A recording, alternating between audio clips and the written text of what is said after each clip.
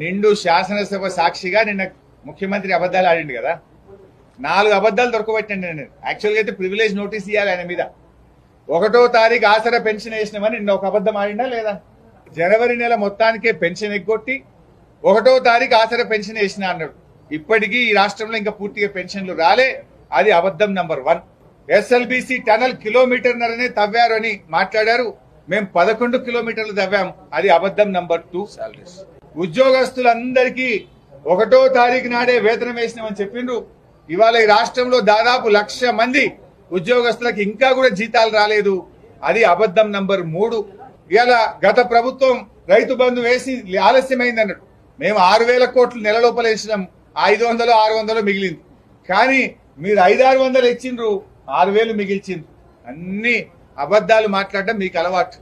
ఇలా ప్రజాపాలన విషయంలో budget book లో అబద్ధం చెప్పారు.